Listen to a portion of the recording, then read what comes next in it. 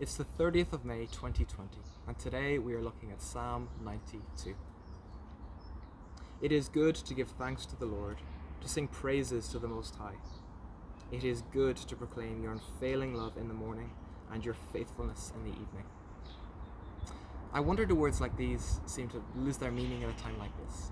Some people are certainly angry with God for letting something like COVID-19 happen at all and would not consider praise for a moment. But I think if the Psalms teach us anything, it is that God is worthy of praise no matter what we are going through, that he is worth putting our trust in even in the most difficult circumstances. Psalm 23 says that even in the darkest valleys, God is beside us. David wrote Psalm 57 while hiding in a cave from an army out to kill him, and he still found the strength to write, "I will thank you, Lord, among the people. I will sing your praises among the nations, for your unfailing love reaches to the clouds." God's wisdom goes beyond our own. Verse 5 says, "How deep are your thoughts?" which mirrors Isaiah 55 verse 9. "For just as the heavens are higher than the earth, so my ways are higher than your ways, my thoughts higher than your thoughts." Though we can't understand how God is at work around us, we can be sure that God is at work in this. This psalm calls us to remember the good works of God in verse 4. "You thrill me, Lord, with all you have done for me. I sing for joy because of what you have done." Looking back over our lives, we can see times where God has shown us love and kindness. Times where we have felt him so close that we've had no doubt of his presence. Just take a moment to look back over these moments. Remember what God has done. And remember, like the psalmist, that God is the same right now as he was then. He can give you strength now, today. "You have made me as strong as the ox. You have anointed me with the finest oil." God strengthens and anoints his people to stand in any circumstance. Many times in the Bible, God's people are described as trees. Verses 12 to 14 do that really well here.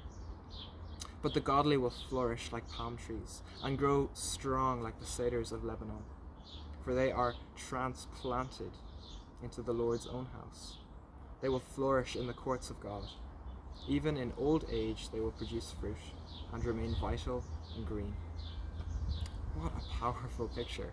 Those who trust in the Lord are transplanted into the Lord's own house. Maybe you've been listening to me and have not been able to recall any of God's goodness or love or anything of the sort in your life. And now, in this, you can't bring yourself to believe that God even exists, and that even if he does, love and goodness are not part of whatever he is. The truth is, God doesn't promise that the life we have will be easygoing and full of happiness. What he does promise is that he has already overcome this broken world, and that he is with us in trouble. But when you put your trust in God, when you admit you are not in control and you give your life to him, when you ask for his forgiveness for the things that separate us from his perfection, that is when we are transplanted into the Lord's own house. We are taken from the brokenness we find ourselves in now and are placed in Christ. Then your roots will grow down into God's love and keep you strong. That's a favorite verse of mine from Ephesians 3.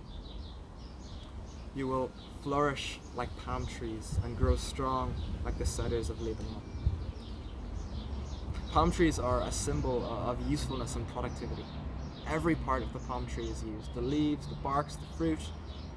And the cedars of Lebanon are a symbol of strength.